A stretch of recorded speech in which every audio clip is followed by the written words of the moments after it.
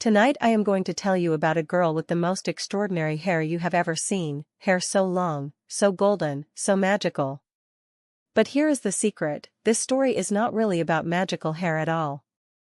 It is about love. Real love. The kind that keeps you searching when everything seems hopeless. The kind that can heal a broken heart. Long, long ago, there lived a kind and gentle couple named Rose and Edmund. They had nearly everything two people could ever wish for.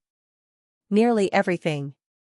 Because every night, Rose would look at the empty wooden cradle by the fireplace and whisper a wish to the stars. And Edmund would sit beside her, hold her hand, and say softly, "One day, my love. One day."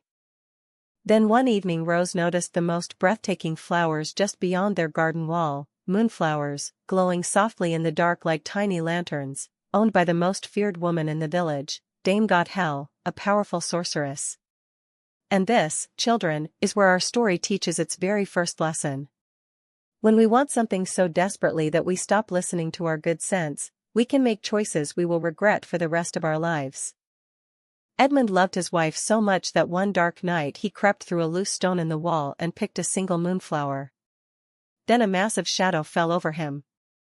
Dame Gothel offered him all the flowers he wanted, in exchange for one small thing, the child his wife had wished for. Edmund, shaking with terror, whispered yes.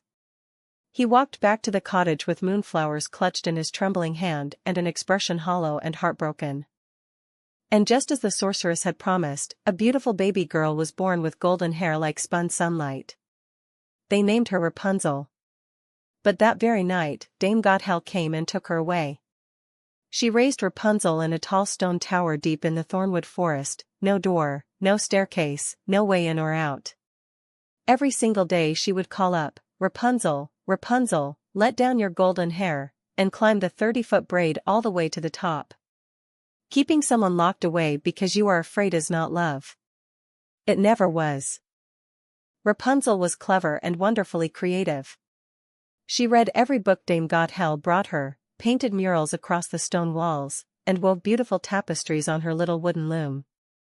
But most of all, she sang. Her voice was like a stream running over smooth stones, pure and sweet, with just a hint of sadness underneath. The birds came from all across the forest just to listen. And one golden autumn afternoon, someone else heard it too. Prince Leo was riding through the thornwood forest when the sound stopped him completely.